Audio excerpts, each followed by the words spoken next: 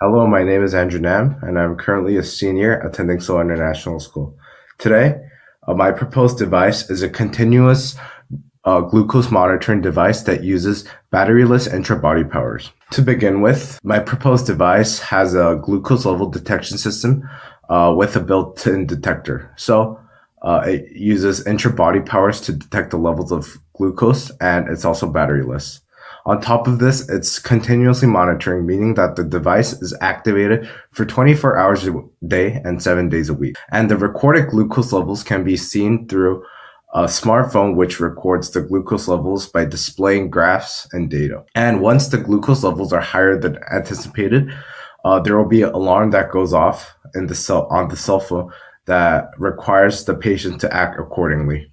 The first background is from a study done in 2019 by Skinny Power, and the similarity between my proposed device and the Skinny Powers is that both use IBPT, which wirelessly transmit electricity through the skin of the human body.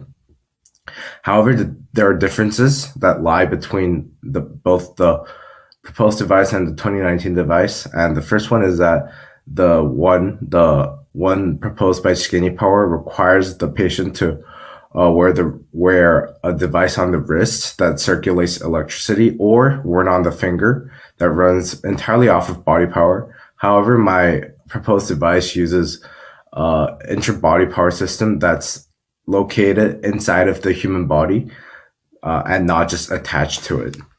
Moving on, there are also similarities between a 2018 study and my study. And first of all, both use a glucose measuring device that operates continuously, and both use smartphones to accurately measure glucose levels. And smartphones can be used to track the glucose level even when the patient's sleeping. However, there are differences in that the 2018 study uses an analyte sensor patch, which requires an external source of battery to be plugged in for the device to work. And another difference is that the analyte sensor needs 3 voltages of power, while my proposed device would only require 8 watts of power.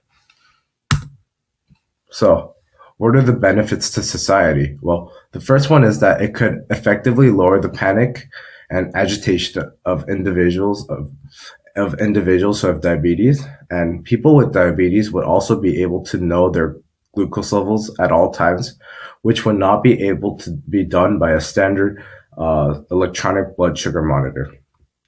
This would mean that the mortality rate for diabetes would decrease as well, meaning that less people would die due to diabetes. And it will promote a system where individuals can take care of themselves instead of going to hospitals, which means that the research in diabetes, the budget that is required for the research in diabetes would decrease, and the money saved in this area could be applied to other diseases such as cancer and heart disease to save more lives. So what is the next step? Well, my next step is by campaigning about the dangers of diabetes and the detrimental impacts diabetes have. Currently, most people would consider the consequences of diabetes after they have it instead of before. So therefore, I would campaign to show that the current efforts put into diabetes are insufficient.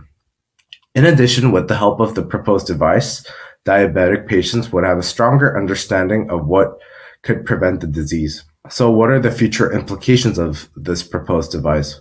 It could help monitor the following: cholesterol levels, triglyceride, albumin levels, calcium, sodium and potassium, creatinine, and etc. And also, this proposed device would pave the path for other glucose devices that would measure the inconsistent glucose levels. Thank you for listening, and have a good day.